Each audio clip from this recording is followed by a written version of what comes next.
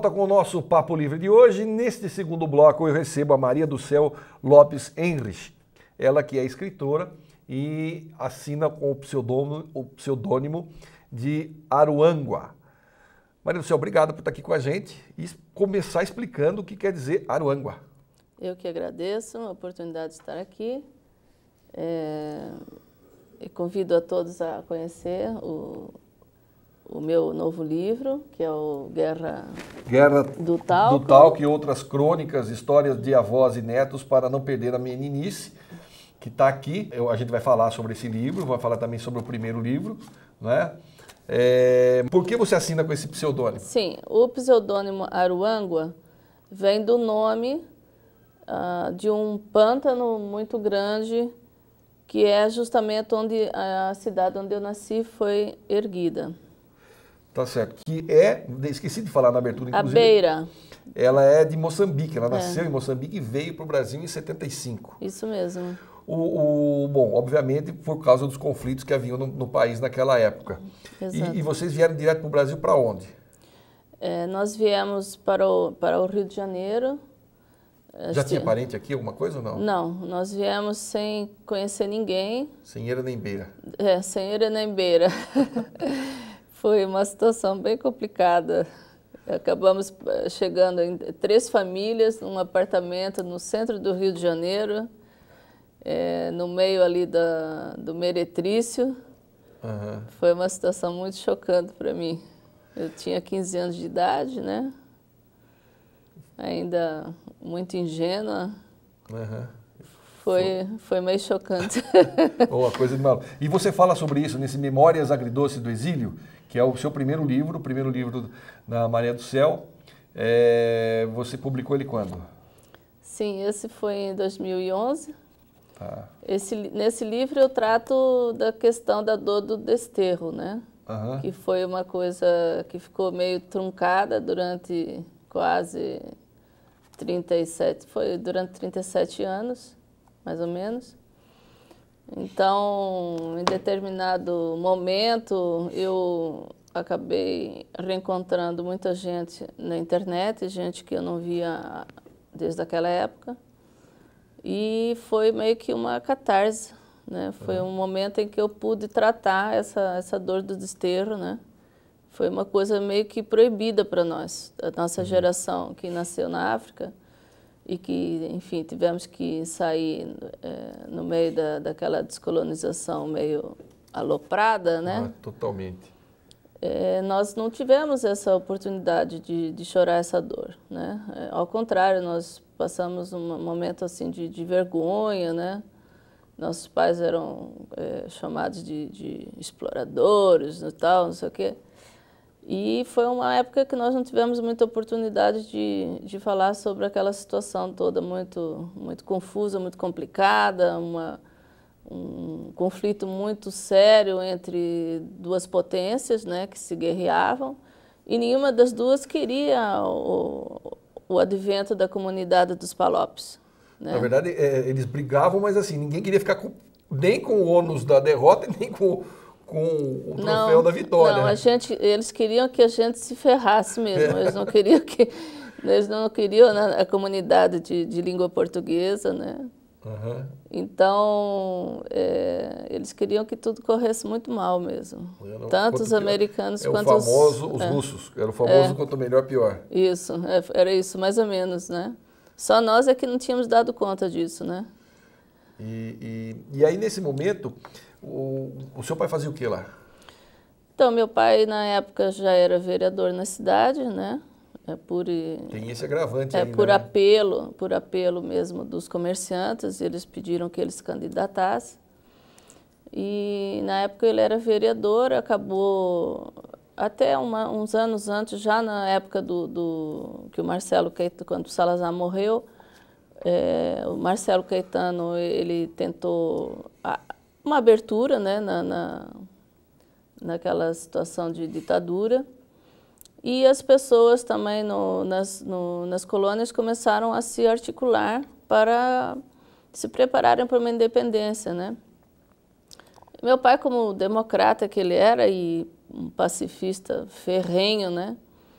ele imaginava que era possível construir um país assim como o Brasil. Ele tinha o Brasil como um ideal, né, de mistura de raças, de povos, né? Então ele imaginava que era possível fazer isso em Moçambique na época, e ele começou a se juntar com outras pessoas, com pessoas como Urias Simango, que foi morto mais tarde, Joana Simeão também, que tinha estudado fora e era negra, o Urias Simango também era um pastor presbiteriano negro, para construir um país livre, um país democrata e tal.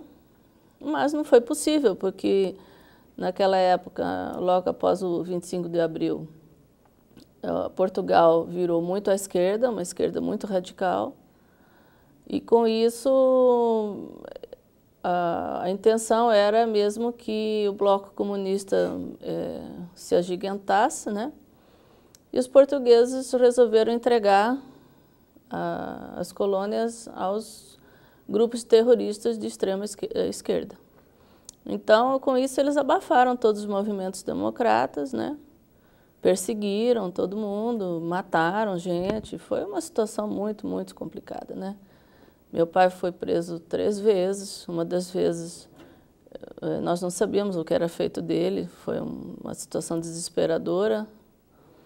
Então, algumas pessoas, amigas nossas, ficaram de plantão nas portas das prisões para conseguir ter informações dele, né? Uma outra vez ele ficou mais de 1 mês, na época de Natal, preso num quartel português. Então foram situações muito difíceis. Ele acabou sendo avisado por membros da própria Frelimo, com quem ele tinha amizade, que ele seria preso na próxima vez e que iria ser deportado para Portugal, para uma prisão política que ficava em Troia, era uma ilha no Atlântico, um rochedo, e da qual ele não teria como sair, né? Provavelmente iria morrer lá.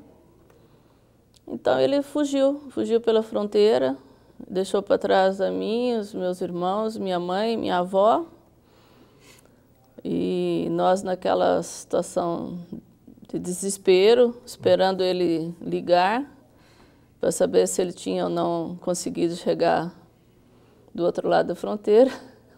Que situação. Foram situações bem estranhas. Então nós viemos direto para o Brasil, né? E depois vocês foram se encontrar com seu pai em outro lugar? Então, nessas situações sempre acontece coisas que nós não estamos esperando. Meu irmão mais novo estava junto com o passaporte da minha mãe, então minha mãe passou nós tivemos que ir até Lisboa, de Lisboa para minha mãe e meu irmão mais novo vieram logo para o Rio, e eu e meu irmão e minha avó ficamos ainda em Portugal uns meses, em casa de um tio-avô, esperando meu pai arrumar emprego no Rio de Janeiro, né? Ficamos lá até agosto. Então, nesse ínterim, nós também sofremos um pouco, porque nós éramos muito maltratados lá, né? Uhum. Pelo fato da gente estar vindo da África, e haver toda uma campanha, né, de contra-informação. Que era justamente para dificultar a vida, né? Justo, Então, era aquela situação de que não era Portugal que tinha sido colonizador, nem era o Salazar que era o ditador. Nós éramos os intrusos. Os maus, né? Mas vamos falar um pouquinho mais do seu livro. Você participou de uma crônica lá da Scortese, né? Um livro de como é que chama? Uma antologia da nossa história. Isso. E daí você mantém uma coluna no Jornal Zen.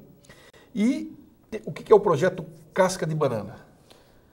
Sim, o projeto Casca de Banana é um projeto que ainda está em organização, que é um livro-arte. Nós é um grupo de escritores, um grupo de artistas plásticos aqui da região de Campinas, da RMC, e nós pretendemos fazer um livro que é uma interação entre artistas e escritores, com um tema que seria o Casca de Banana. Tá. Mas esse tema vai ser abordado assim, com a maior amplidão possível, né? Desde, enfim, desde uma escrita mais literal até uma coisa surreal, enfim. Isso vai da imaginação e da inspiração dos artistas, né? E esse livro aqui que você fez, esse é meu segundo livro. O segundo livro, A Guerra do Talco. Ele trata, pelo que eu entendi aqui, de uma relação de avós e netos. Avós e netos. E como é que você se inspirou nele? Então, hoje eu tenho 4 netos, todos indaiatubanos. Eu tenho uma relação muito próxima com meus netos, né? E dessa relação eu tenho aprendido muito. Uma das coisas que eu me dei conta é que as crianças, num certo período da sua infância, em que elas estão estruturando o pensamento e, enfim, formando seus valores, né? Elas têm um pensamento, ao mesmo tempo que ingênuo, muito profundo do ponto de vista filosófico, né? Então, é meio quase como o tal do pensamento selvagem, que seria o pensamento tribal, né? Então, é uma forma de conhecimento anterior à ciência, mas que é profundamente pensado, né? E eu comecei a escrever crônicas justamente sobre essas questões de como eles pensam, como eles sugerem uma organização, né, das coisas, né? Então, os meus 4 netos, eles têm me ensinado muito, têm me ensinado bastante. Com essas crônicas de eu, enfim, falando do dia a dia, né, desse relacionamento entre mim e eles, acabou surgindo alguma coisa memorial, né, que eu sou bastante memorial na escrita, né. Eu acabei me lembrando da minha infância, de coisas dos meus avós, da minha relação com os meus avós, principalmente com as minhas avós, e também da ausência dos meus avós, né? Como eu, durante um bom tempo da infância, eu não conheci os meus avós, né? Pais dos meus pais, eu inventava avós, né? Entendi. Então, essa coisa engraçada de você substituir, né? Fazer uma substituição e criar depois o personagem. Tá certo. Maria do Céu, obrigado pela participação no programa. Você aí de casa, obrigado pelo carinho da audiência e da paciência. Eu agradeço. E a gente volta no próximo encontro. Eu vejo você lá.